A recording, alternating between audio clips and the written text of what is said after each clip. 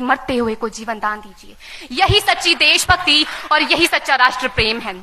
ना सरकार मेरी है, ना रब मेरा है, ना सरकार मेरी है, ना रब मेरा है, और ना ही ये बड़ा सा नाम मेरा है।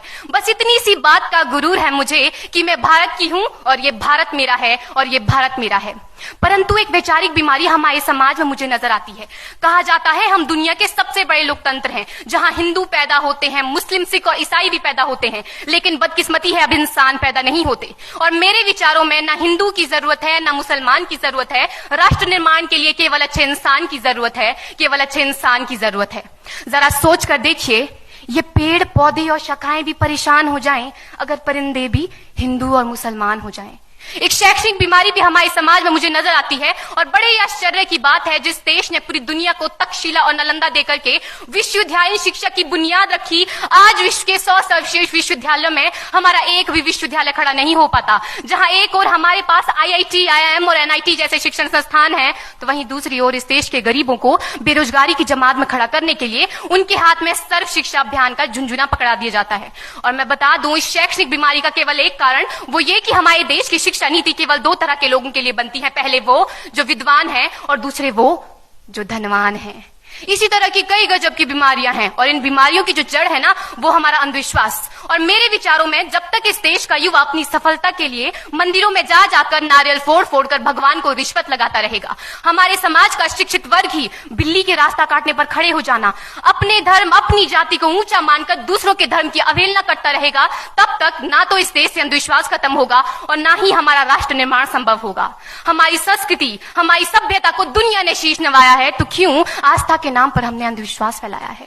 मेरे विचारों में हमारा राष्ट्र निर्माण तब संभव होगा जब इस देश में महिलाओं की पूजा नहीं, उनकी इज्जत की जाएगी। राष्ट्र निर्माण तब संभव होगा जब हम जातिगत आरक्षण नहीं बल्कि सामाजिक सशक्तिकरण पर बात करेंगे।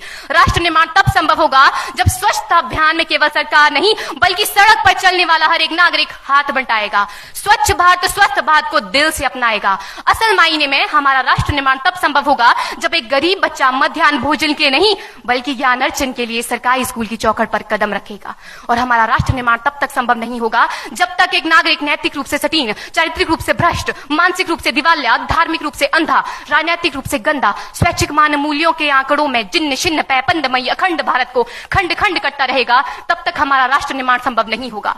बड़ी बड़ी बातें नहीं, छोटी छोटी कोशिशें करनी होगी, क्योंकि ठोकर हमें पहाड़ से नहीं पत्थरों से लगा करती है। I being an Indian, I being a student, I being a symbol daughter of this motherland feel proud to be an Indian।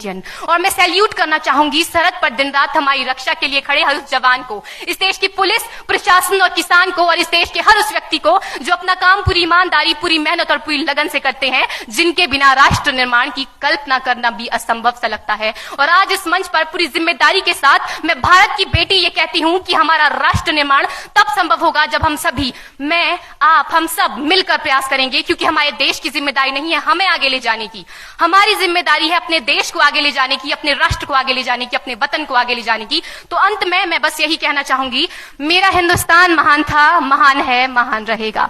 मेरा हिंदुस्तान महान था, महान है, महान रहेगा। होगा हौसला सबके दिलों में बुलंद तो एक दिन पाकिस्तान भी जय हिंद कहेगा। पाकिस्तान ही क्यों, सारा जहान जय हिंद कहेगा, क्योंकि सारे जहां से अच्छा हिंदुस्तान हमारा, सारे जहां से अच्छा हिंदुस्तान हमारा। हम बुलबुलें हैं इसकी, ये गुलिस्तान हमारा, ये गुलिस्तान हमारा। जय हिंद।